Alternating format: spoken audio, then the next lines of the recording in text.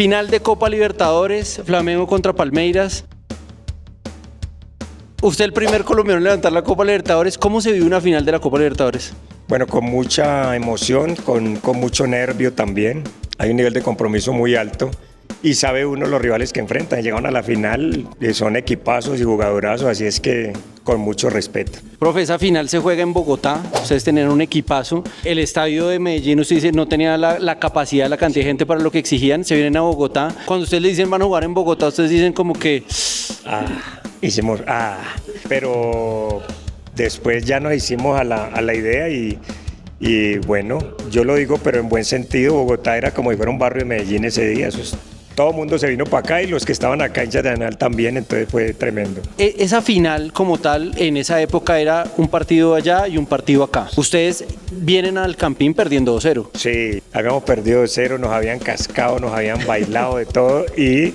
Cuando termina ese partido, todo el mundo estaba muy triste y yo les dije, no, este resultado para mí lo volteamos. Es que usted era el capitán del equipo. Claro, y les dije, apenas 2 goles, esto lo volteamos en Medellín, yo creo que jugamos en Medellín. Y nos fuimos animando, sobre todo con el loco, empezamos a animar a la gente y después lo volteamos en Bogotá milagrosamente, porque tampoco jugamos bien el partido. Uno de los goles fue como autogol, ¿no? Sí, uno fue autogol, un balón que tiramos arriba y la metió un jugador de ellos. Y el otro, un balón que yo también tiro ahí a la loca y Uzurriaga alcanza a anticipar al arquero. Uzurriaga, una bestia para jugar fútbol. Una bestia y fue el goleador de esa copa. Claro, claro. Y fue el que nos clasifica en Colombia en el Mundial del 90 contra Israel. En Israel, sí.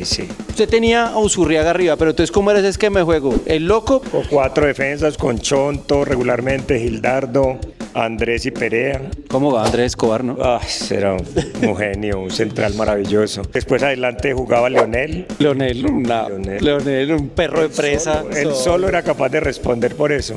Pero en serio uno veía a Leonel Álvarez y decía, hijo de puta, no se cansa, va a requisar. No se cansa, mete, era muy fuerte y muy físico y aparte tenía una condición técnica espectacular. Oiga, profe, en el barrio yo digo, si me le pegan a mi volante 10, a mi calidoso, usted le toca ir al 6 a levantarlo. Sí, así me pasaba con Leonel, porque yo mamaba mucho gallo con la pelota y le sacaba la piedra a mucha gente, a veces me metía unas patadas, pero venía Leonel o venía Chicho Pérez y ese era otro. Se encargaban ellos de solucionar el problema. Pero era así, usted le metía la patada y usted hacía como el gesto, o Leonel ya sabía. No, ya sabía, eso ya estaba preparado. Después jugó usted más adelantico. Fajardo. Con el bendito. Jimmy Arango, Jairo Treyes, claro. Uzuriaga. Jodido, Un equipo con mucha técnica. Para mí la gran diferencia del fútbol de Europa y el nuestro es la condición técnica. Y ustedes decían, nosotros empatamos esta vaina y tranquilos todos porque en los penaltis nosotros vamos bien. En efecto, votamos penales con un berraco. ¿Usted lo votó? Me lo tapó el arquero. Yo analizando al arquero y él me está analizando a mí también y lo cambié y claro, me la adivinó y me jodió. Pero René llega y chao.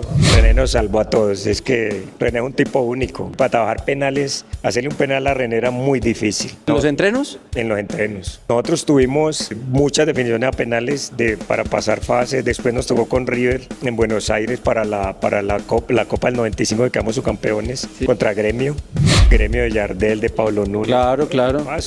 Y nos tocó ir a ganarle a River a penales allá y el loco también volvió a Almeida, le tapó el último penal, como el séptimo penal. Y nos tocó a nosotros ese rollo porque patear un penal es de las cosas, cuando tiene tanto significado, de las cosas más difíciles que hay en el fútbol. Bueno, hablemos de eso, ese recorrido de la mitad de la cancha a cobrar el punto penal. O sea, obviamente yo nunca voy a vivir eso en mi vida, pero uno... Y en la final de la Libertadores, ¿uno qué siente, profe? O sea, ¿taquicardia o qué, profe? La verdad yo digo que uno tiene un punto muerto en el cerebro, uno no se acuerda de nada, uno sabe para dónde va y arranca simplemente a veces ni piensa dónde lo va a tirar. Yo digo que los penales son para los irresponsables, para los que le importa un pepino botarlo o hacerlo. Y cuando va Leonel a patear, yo estaba en el estadio ese día, quiero decirle, cuando va Leonel, ¿usted dice, este man soluciona o no? Leonel era medio martillito ahí? No, nosotros pensábamos que lo podía votar porque Leonel llegó a esa instancia casi al 9º, 10º penal, creo que fue el 10º, porque Leonel precisamente había dicho que él no lo iba a patear. O sea, él dijo, yo no pateo esta vaina. Y él estaba rezando a la mano auxiliadora que no le fuera a tocar. Y mire, cuando la persona está chuleada, le tocó cobrar a él, le tocó hacerlo, cobró muy bien y eso fue una cosa espectacular lo que sentimos después de eso. Después de eso, yo le traje una camiseta. A ver qué recuerdos le trae este equipo. Mire. Uf. Para mí el mejor equipo que ha habido en el mundo. En la historia del mundo, mejor que el de Guardiola y de todos. Sí, para mí sí. Es el equipo más completo. Pero digámosle a la gente, ¿quién era el técnico, por ejemplo? Un tal Arrigosaki. Centrales. El central era un tal Baresi. Maldini, podía jugar por ahí. Maldini de lateral izquierdo, Costa Curta. Ancelotti. En el medio estaba un tal Ancelotti, Carlo Ancelotti. Un Rijkaard. tal Fran Rijkaard. Adelante estaba un tal Van Basten. No sé si acuerdan. O sea, ustedes fueron a jugar, después de jugar la Libertadores y ganarla, fueron a jugar contra el Milan de Arrigosaki. Que Arrigosaki. Salir uno de la Floresta y el barrio en la calle y después verse en un estadio de esos. En Japón, en el Tokyo Dome, fue algo espectacular. Pero una pregunta, es que como yo no jugué nada, el torneo de veterano juego yo. Cuando usted como jugador profesional se enfrenta a este tipo de jugadores y de equipos, o sea, de leyendas, ¿a uno le da emoción, nervios? ¿Qué le da a uno? Más que todo emoción, respeto absoluto, pero un respeto desde lo personal. Ya en la cancha pues le toca a uno Claro. y respetarlo en el buen sentido de la palabra, sí. Como la cuquita que le metió Ortega un día a usted. Toca. Eso toca, eso va a ser nosotros en el fútbol decimos que eso va a ser el nombre de Dios. Un túnel en un partido. Tío jodido contra el Milan. Jodido, pero ese Milan con todos los nombres que usted quiera, pero Nacional bien parado. Nos respetaron también. Nos respetaban mucho. Después tuve la oportunidad de hablar mucho con Ancelotti y me decía que nos respetaban bastante y tenían muchos videos en caseteras. Pero espere, ¿cómo así? O sea, ese equipo tenía referenciado a Nacional, lo estudió. Sí.